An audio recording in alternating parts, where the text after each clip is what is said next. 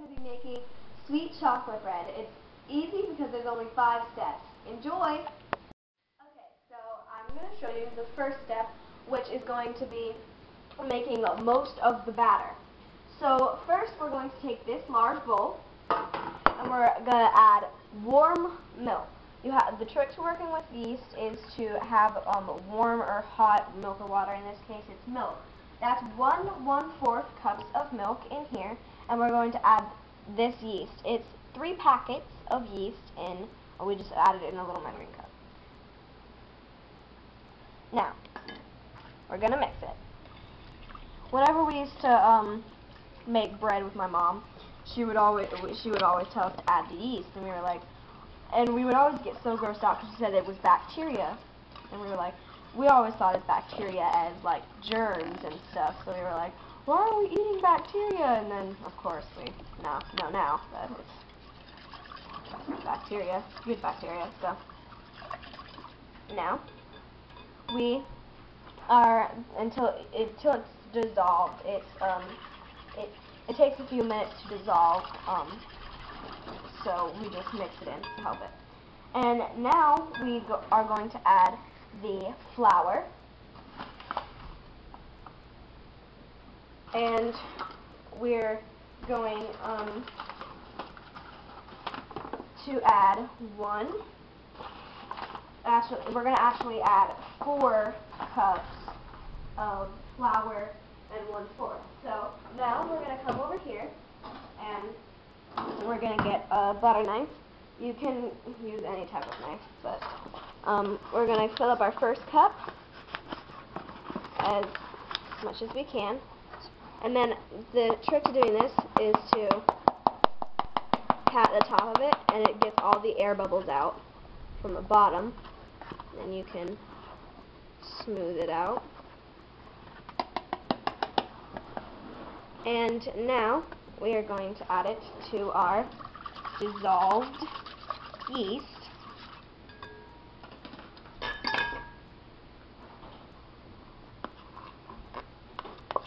And I like to stir each cup in at a time, so it doesn't get too hard. You can also use like a fork or a spatula, anything really to mix it in. But I like whisks better because it's easier. It's kind of turned out like, right now it's going to look like pancake batter, but once you finish adding all the cups of flour, it's going to be dough. It's going to be a sticky dough because it doesn't have a lot of it doesn't have the other products in it, but that'll soon change. Now, so that.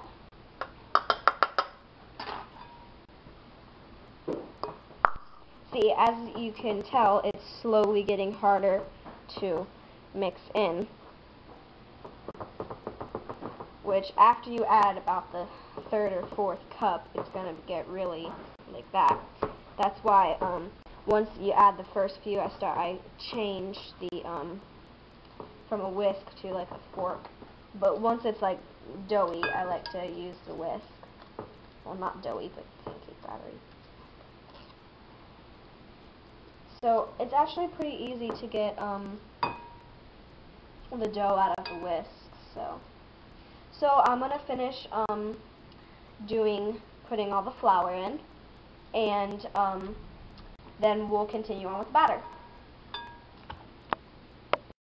Okay, so what we've done is we've add a half a cup of honey, a teaspoon of salt, 1 stick of butter, and the 4 3/4 cups of flour into this bowl, and we stir that in, of course, and then we kneaded it, not for long, but knead it, and you can add, you can like put flour around the edges to make it smooth, or knead your hands with flour.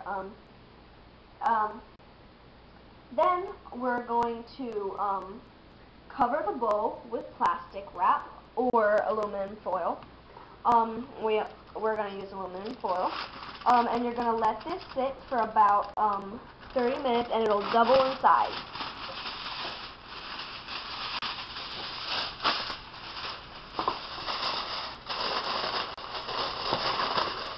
Put it in a warm place so that it doesn't, so it's not like freezing. So you got to put it somewhere warm, room temperature at least.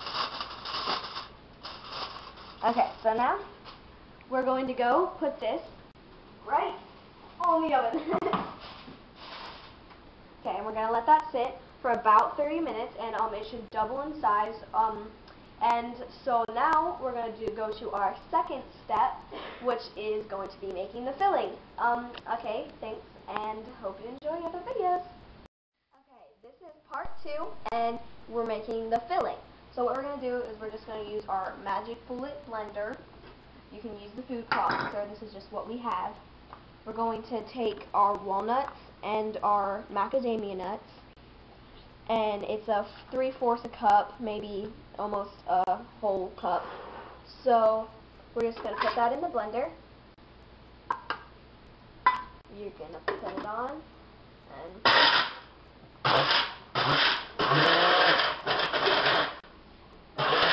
finally chop it.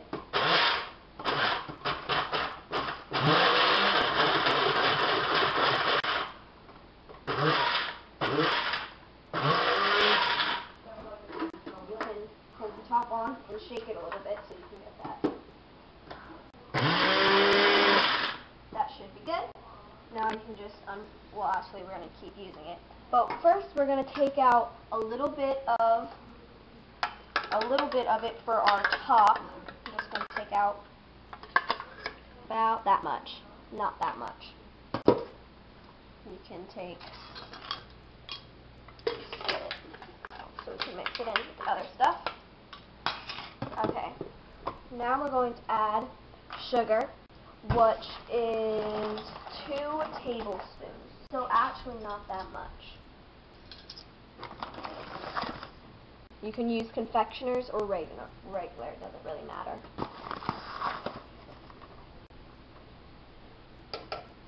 Okay, we're going to add our vanilla, which is about 1/2 of a teaspoon. So that's a teaspoon, yep. Making sure I got the right one. We can just hold it over this so it won't spill. Okay, and we're going to add our vegetable oil, which is 2 tablespoons. And this is a tablespoon. Just gonna hold it over.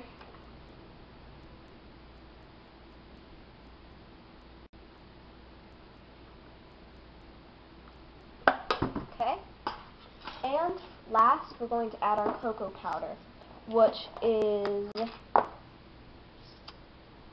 the 1 tablespoon, which is the same thing we just used.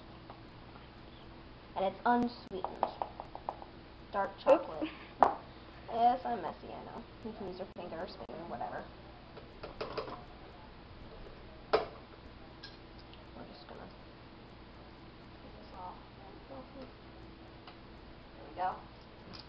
Probably don't want to eat unsweetened. Alright, now we're just going to put the lid back on. And we're just going to get a spoon.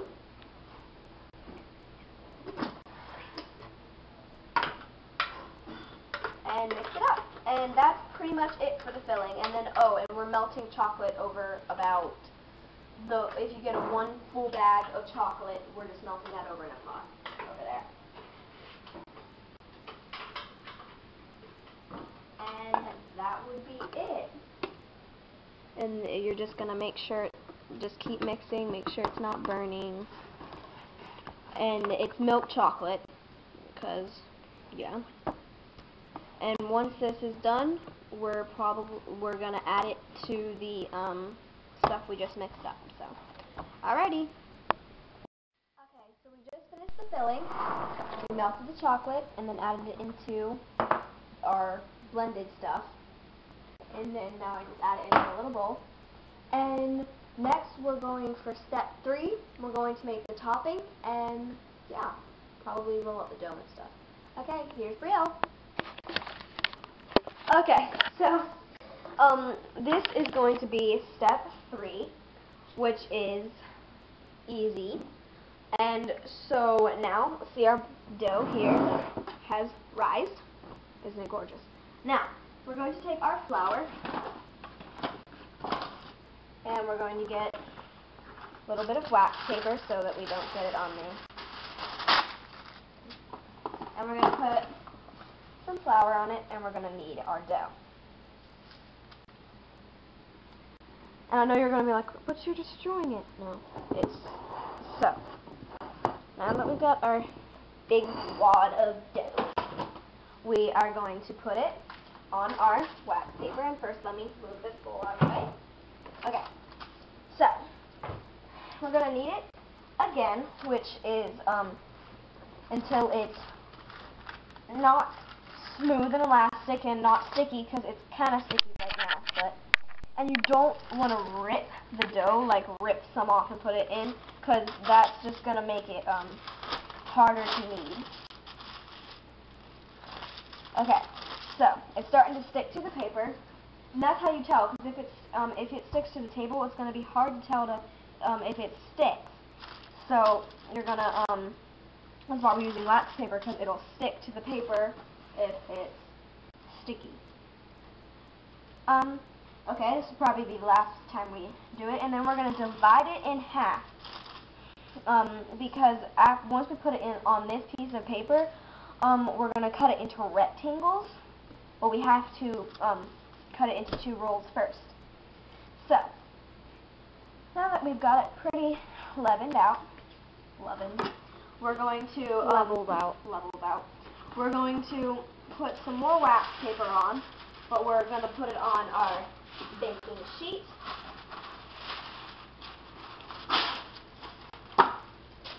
Okay, so I'm over here still watching the dough, and they're like, okay, so we're going to put it on this sheet. It won't stick to this because of this, because of the paper on here.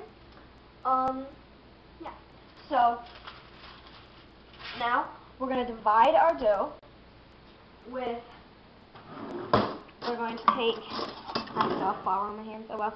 We're going to take another butter knife, and you can probably see half, so we'll probably divide it right here. If you want each loaf to be big, then divide it in half. If you want, you can divide it into 4 quarters, but we're going to just divide it in half. Okay.